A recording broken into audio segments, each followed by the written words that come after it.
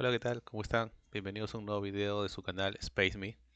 En esta oportunidad vamos a revisar un poco los temas de ángulos compuestos, un tema muy interesante en trigonometría, pero lo vamos a enfocar desde una perspectiva. Primero vamos a revisar qué fórmulas tenemos y de esas fórmulas vamos a demostrarlas para tenerlas como un respaldo en algún momento. Pues no puedo recordar las fórmulas y tenga que ver la forma de resolver el ejercicio si es que estoy en un examen o tengo que demostrar algo, ¿no? Sin más preámbulo, bueno, revisemos el capítulo. En ángulos compuestos tenemos básicamente dos ángulos que pueden estar sumándose o restándose y de los cuales vamos a tener que calcular sus razones trigonométricas en base a las razones trigonométricas de dichos ángulos. En este caso tenemos los ángulos X y. Como acá vemos en toda la documentación vamos a poder revisar que tenemos estas fórmulas. Hay otras adicionales que se van derivando de estas, pero en realidad no es necesario aprenderlas todas. Con que sepamos cómo funciona o cómo podemos demostrar las fórmulas básicas, de ahí derivamos todas las demás. Entonces no es necesario aprendernos tantas fórmulas, ¿no? Eh, Nada, vamos a empezar a demostrar cómo calculamos el seno de un ángulo x más y iremos demostrando cómo se obtienen las demás fórmulas a raíz desde la primera, ¿no? Para poder demostrarlos tenemos que plantearnos un tema general. Para este caso vamos a considerar un triángulo ABC. Un triángulo ABC cualquiera en el cual sabemos que la suma de los ángulos internos es 180. Obviamente tiene que cumplir la existencia del triángulo. Y para esto lo que vamos a hacer es trazar una sevillana desde el ángulo D. En realidad puede ser cualquier ángulo, pero vamos a utilizar el ángulo B.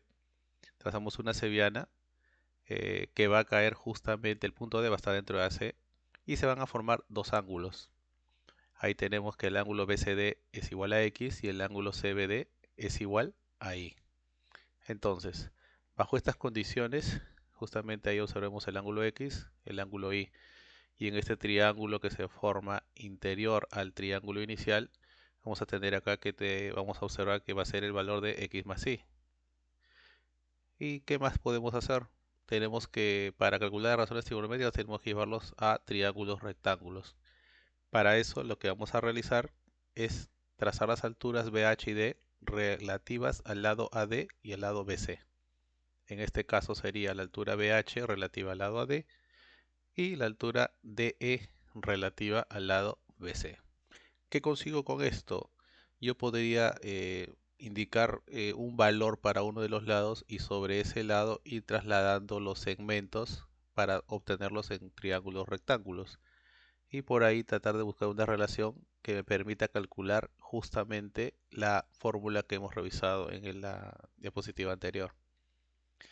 Entonces indicamos pues que el valor del lado B de esa sevillana que hemos trazado sea un valor tal igual a A. Entonces si nosotros tenemos que este valor de BD sea un valor igual a A, no sabemos cuál es, estamos haciendo para un caso general. Ahora, ¿qué podemos observar? Que en el triángulo BDE, si yo tengo la hipotenusa que vale A, puedo hallar estos dos valores, tanto DE como EB. Entonces recordemos un poco la parte de trigonometría de los capítulos iniciales, ¿no? El que se le opone, ¿cuál sería su valor?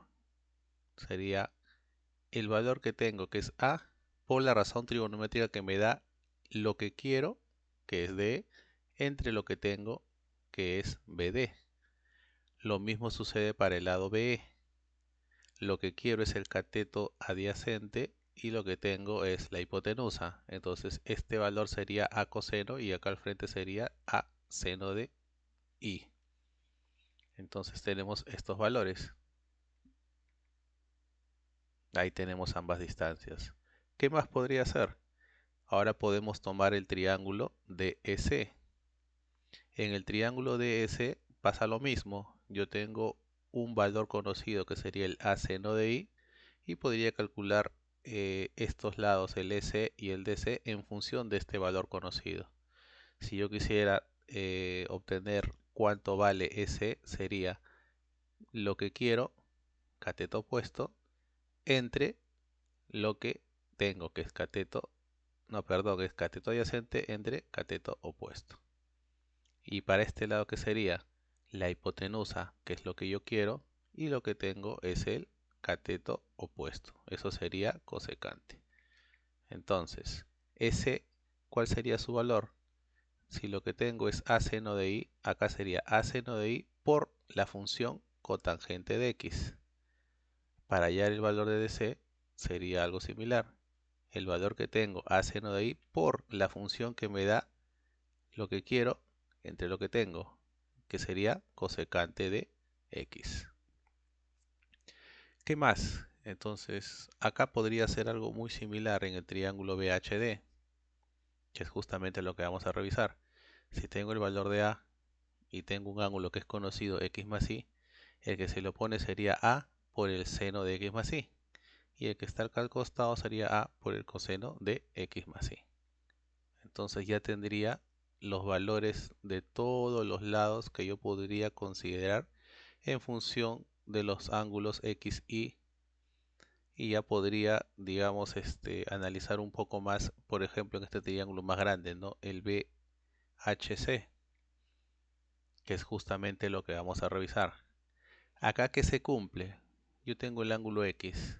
En este triángulo BHC, el seno de X sería igual a qué valor? Sería cateto opuesto, que sería toda esta expresión a seno de X más Y, sobre la hipotenusa, que sería a coseno de Y, más a seno de Y cotangente de X.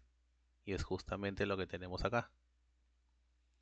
Ahora, acá es básicamente una operación algebraica que pasar a multiplicar al otro extremo e ir eliminando o simplificando lo que se pueda simplificar. Si se dan cuenta, acá tienen a arriba. Si yo factorizo en toda la expresión de abajo el valor de a, el a es una variable que finalmente no va a depender para el cálculo que yo quiero realizar. Si yo paso a multiplicar, ¿qué me queda? Seno de x por a coseno de y más a seno de y cotangente de x, y esto es igual a seno de x más y. Como les decía, el a con a y el a se va. ¿Qué más? Paso a multiplicar y me quedaría, por ejemplo, si esto yo lo paso a la izquierda, me daría seno de x más y es igual a ¿qué? Al seno de x coseno de y, que está acá, más seno de x por seno de y por cotangente de x. Pero cotangente de x, ¿qué es? Coseno sobre seno. Seno con seno se van y me estaría quedando solamente seno de y por coseno de x. De esta forma yo estaría demostrando mi primera ecuación. ¿Qué hacemos para calcular ahora el coseno de la suma de los ángulos? Algo muy similar. En este triángulo, el BHC podría, en vez de calcular el seno de x, calcularía el coseno de x, que sería todo el lado HC entre el lado BC. Entonces, coseno de x sería igual a ¿qué valor? A coseno de x más y más a seno de y cosecante de x. Todo eso sobre el lado BC. Y el lado BC sería a coseno de y más a seno de y cotangente de x. Nuevamente, acá hacemos la multiplicación para ir despejando y llegamos a una expresión como esta, ¿no? Coseno de x por a coseno de y. Obviamente ya hemos simplificado el valor de a. Es una variable que nos ayuda solamente a identificar los lados, pero que al final se van a simplificar. ¿Qué más tenemos? Cotangente de x sería coseno sobre seno. Entonces tendría seno de y coseno cuadrado de x sobre seno de x. Y esto es igual a coseno de x más y más a seno de y sobre el seno de x, porque la cosecante es 1 sobre seno. Ordenamos. Entonces, ¿qué es lo que tenemos que hacer? Mantenemos el coseno de x más y en el lado izquierdo, por ejemplo, y esta igualdad lo hacemos a coseno de x coseno de y. Pasamos a restar esta expresión seno de y entre seno de x. Factorizamos con el signo negativo y adentro me está quedando 1 menos coseno cuadrado de x. Todo eso sobre seno de x. Y 1 menos coseno cuadrado de x, por trigonometría de los primeros capítulos sabemos que esto es igual al seno cuadrado de x. Seno cuadrado arriba sobre seno me va a quedar solamente seno de x arriba. Y es de esa forma es como calculamos la segunda fórmula de nuestro tema de ángulos compuestos, ¿no? ¿Qué más podríamos hacer? Como ya tenemos estas fórmulas halladas, lo que podríamos hacer es calcular ya no el seno de la suma, sino el seno y coseno, pero de la diferencia. ¿Qué hacemos para eso? Digamos, como son ángulos generales x y, yo podría indicar que en donde yo vea el valor de y, le voy a colocar menos i. Entonces, mi primera fórmula que decía, seno de x más y es igual seno de x coseno de y, más seno de y coseno de x. Pero ahora el y lo estoy reemplazando por menos i. Entonces me queda seno de x menos y es igual a seno de x coseno de menos i más seno de menos i por coseno de x.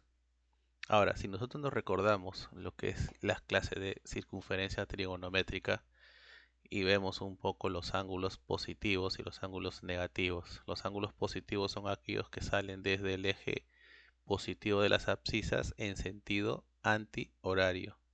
En este caso sería I.